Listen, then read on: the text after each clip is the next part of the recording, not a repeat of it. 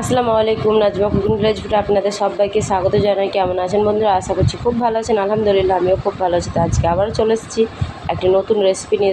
Please পুরো ভিডিওটা দেখতে থাকবেন। আমার চ্যানেলে নতুন হয়ে থাকলে চ্যানেলটিকে অবশ্যই সাবস্ক্রাইব করবেন, একটি লাইক করবেন, শেয়ার করবেন, কমেন্টে জানাবেন আমার ভিডিওগুলো আপনাদের কেমন লাগে। তো আজকে আপনাদেরকে চিংড়ি পটল দোরমা বানিয়ে দেখাবো একদম ঘরে থাকা উপকরণ দিয়ে। তো প্লিজ পুরো ভিডিওটা দেখতে থাকবেন, স্কিপ না করে। তো চলুন ঝটপট দেরি না করে আপনাদেরকে এই রেসিপিটা শেয়ার করছি। তো ফিরছি, চলুন রান্না করে এবং যে উপকরণগুলো লাগবে সেগুলো নিয়ে নিচ্ছি। তো এই যে দেখুন বন্ধুরা, আজকে একদম সিম্পলভাবে আপনাদেরকে চিংড়ি পটলের দোরমাটা করে দেখাবো। তো স্কিপ না করে পুরো ভিডিওটা দেখতে থাকবেন। এবং আমি এই যে এখানে 5টি আমি পটল নিয়েছি, এখানে নিয়েছি চিংড়ি মাছ। তো প্রথমে আমি এই পটলটাকে কেটে নেব। চিংড়ি সাইডে রেখে দিলাম। এবার এই যে প্রথমে আমি এই মুখ দুটোকে এভাবে করে কেটে নেব। এভাবে করে আমি সবগুলোকে কেটে নেব। দুই সাইডটায় আমি কাটছি। একদম সাধারণভাবে ঘরে থাকা উপকরণ দিয়ে আপনারা এই পটল দোরমাটা খুব সহজে বাড়িতে বানিয়ে নিতে পারবেন। তো এই যে আমার পটলগুলো কেটে নিয়েছি, কাটা হয়ে গেছে। এবারে এর ভেতর থেকে আমি যে বীজগুলো আছে সেগুলোকে বের করে নেব পটল থেকে। এভাবে করে চাকু দিয়ে আমি বের করে নেব।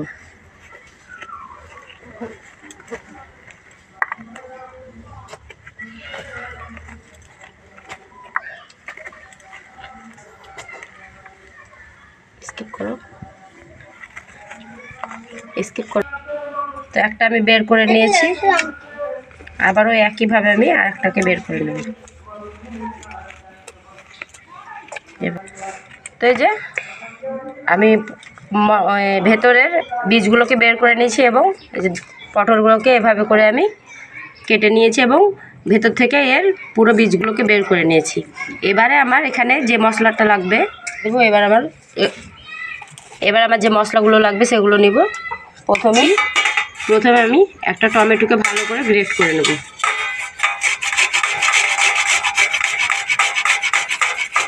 এতে করে পিউরিটা খুব সুন্দর বের হবে।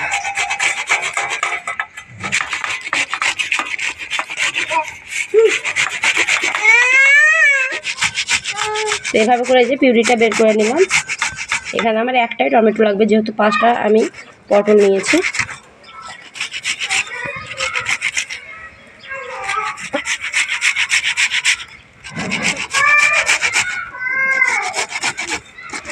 এই খোসাটা আমার লাগবে না, এটা ফেলে দেবো। এখানে আমার টমেটোর পিউরিটা বের হয়ে গেছে। এবারে আমি পেঁয়াজটাকেও গ্রেটার দিয়ে গ্রেট করে নেব। এখানে আপনারা পেঁয়াজ বাটাটাও দিতে পারেন। তো আমি গ্রেটার দিয়ে গ্রেট করে দিচ্ছি, এতে করেও খুব সুন্দর একটা পেস্ট বের হয়।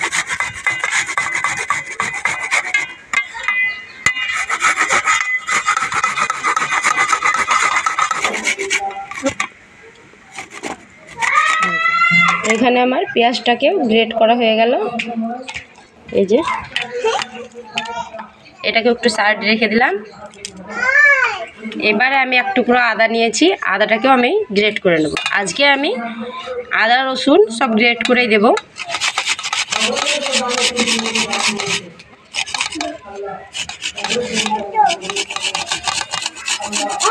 তো এখানে আমার আদাটাও আমার এই যে গ্রেট করে নিয়েছি, গ্রেট করা হয়ে গেছে।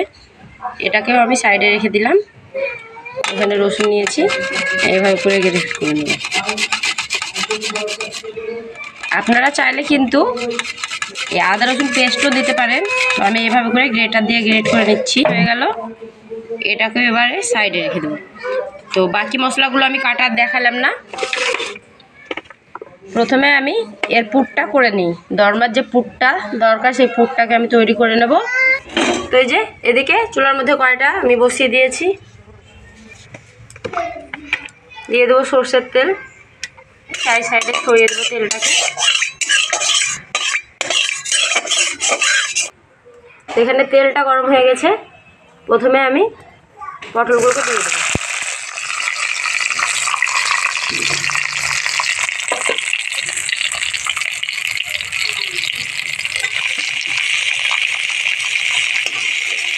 তুলে নেব।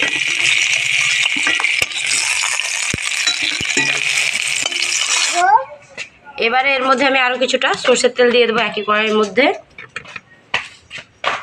কেটে রাখা পেঁয়াজ ও কাঁচা লঙ্কা কুচি করা দিয়ে দেবো।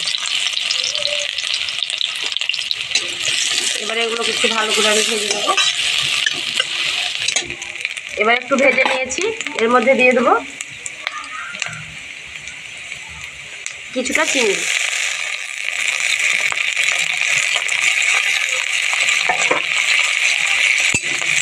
ভালোভাবে এগুলোকে ভেজে নিতে হবে।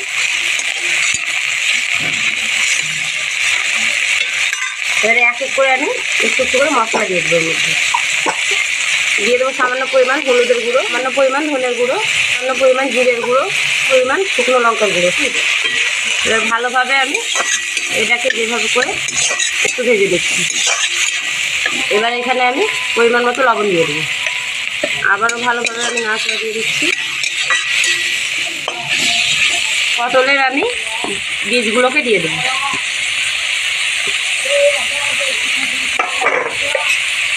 ভালোভাবে এবারে এটাকে মিক্স করে নিতে হবে।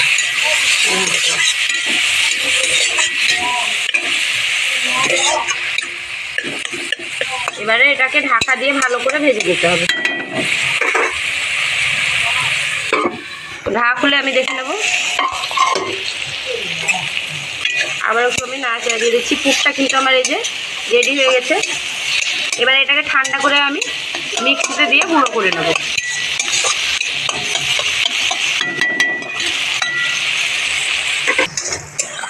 এবার উঠে নেব।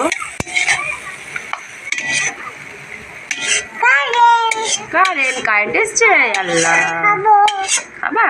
ঠিক আছে, তোমার জন্য তো করছি। এবারে ভালো করে আমি ঠান্ডা করে এটাকে মিক্সি জারে দিয়ে ব্লেন্ড করে নেব। তো মিক্সি জারে দিয়ে যে আমি এটাকে একদম পুরের মতো করে আমি ব্লেন্ড করে নিয়েছি। পুরটা খুব সুন্দরভাবে কিন্তু রেডি হয়ে গেছে। এটা কিন্তু আর ভাজার দরকার নেই। এবারে আমি এই যে পটলগুলোকে আমি ভেজে রেখেছিলাম এর মধ্যে পুরগুলোকে একটু একটু করে ভরে দেব। এভাবে করে ভরে দেব। এতে করে খুব সহজে কিন্তু এটা ভরা হয়ে যায়। আবার একটু নিলাম, আবারও আমি একইভাবে ভরে দেব। এইভাবে করে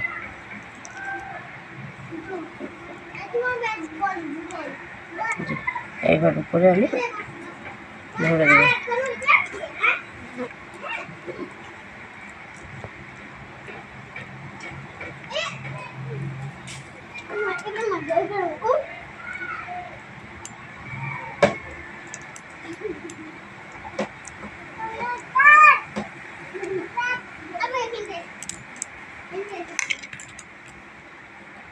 তো এই যে এভাবে করে আমি একটি প্রথমে ভরে নিলাম।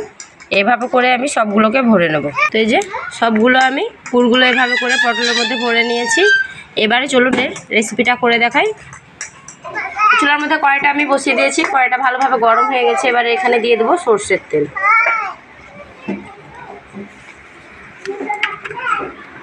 তেলটাকেও খুব ভালো করে গরম করে নেব। এখানে এই যে তেলটা আমার গরম হয়েছে, একটি তেজপাতা নিয়েছি। তেজপাতাটাকে আমি এভাবে করে ছিঁড়ে দিয়ে দিলাম। এবারে এক এক করে এতে আমি মশলাগুলোকে দিয়ে দেবো। এখানে দিয়ে দেবো রসুন কুচি। প্রথমে দিয়ে দেবো গ্রেট করা রসুন, গ্রেট করা আদা। ভালোভাবে ভেজে নেব।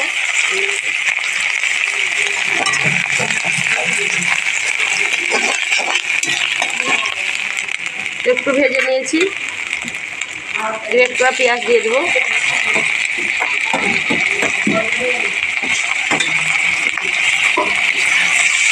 একসঙ্গে ভালোভাবে এগুলোকে আমি ভেজে নেব।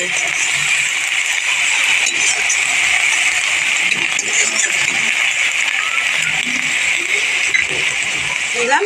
এবার এর মধ্যে দিয়ে দেবো আমি টমেটোর পিউরিটা।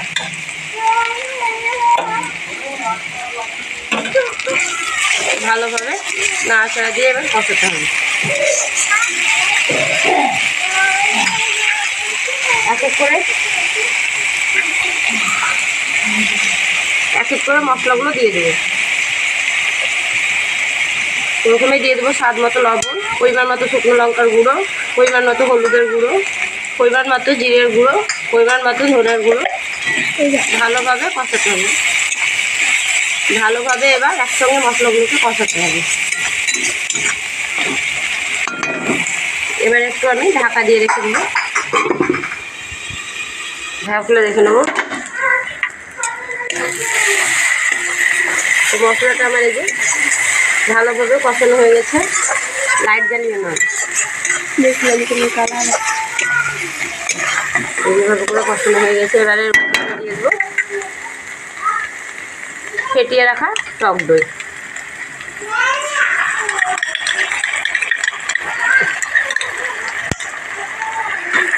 আবারও আমি টক দই দেওয়ার পর ভালো করে নাড়াচাড়া দিয়ে কষিয়ে নেব।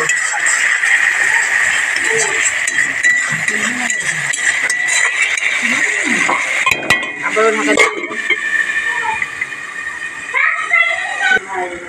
তো ঢাকা খুলে দেখে নেবো। আবারও মশলাটা কিন্তু আমার এই যে কষানো হয়ে গেছে। এভাবে করে কষিয়েছে।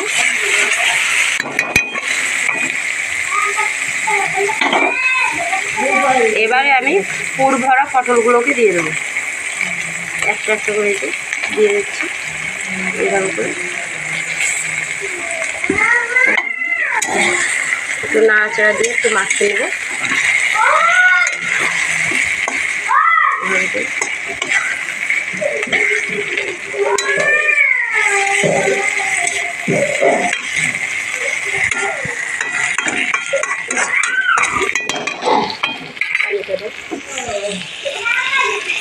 যে বাটিটাতে আমি পুরটাকে আমি ব্লেন্ড করেছিলাম সেই বাটিটা ধুয়ে আমি এর মধ্যে পানিটা দিয়ে দেবো।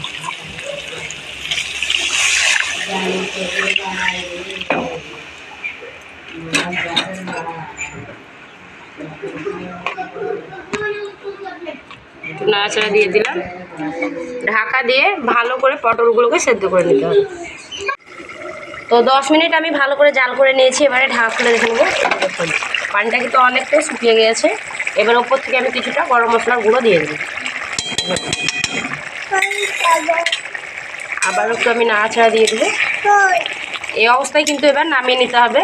শুকানোর পরে কিন্তু এটা অনেক গাঢ় হয়ে যাবে। হ্যাঁ,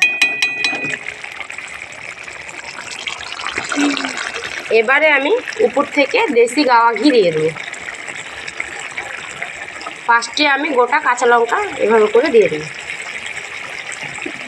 ঢাকা দিয়ে 1 মিনিট রান্না করে নেব। আবারও ঢাকা খুলে দেখে নিচ্ছি। 1 মিনিট হয়ে গেছে। চিংড়ি পটল দোরমাটা কিন্তু আমার এই যে হয়ে গেছে বন্ধুরা। এবারে নামিয়ে চলুন আপনাদেরকে দেখাচ্ছি। কালারটা দেখুন কতটা সুন্দর হয়েছে এবং কতটা লোভনীয় লাগছে দেখুন বন্ধুরা। দোরমাটা কিন্তু একদম আমার রেডি হয়ে গেছে। তো ভিডিওটি কেমন লেগেছে অবশ্যই কমেন্টে জানাতে ভুলবেন না বন্ধুরা। একদম সিম্পলভাবে ঘরে থাকা উপকরণ দিয়ে আপনাদেরকে চিংড়ি পটল দোরমাটা করে দেখালাম। তো ভিডিওটি ভালো লাগলে একটি লাইক শেয়ার কমেন্ট করতে ভুলবেন না বন্ধুরা। এরকমই ভিডিও পেতে আমার চ্যানেলটিকে সাবস্ক্রাইব করতে ভুলবেন না। ভালো থাকবেন, সুস্থ থাকবেন। দেখা হবে আবারও নতুন একটি ভিডিওতে। ততক্ষণের জন্য আল্লাহ হাফিজ।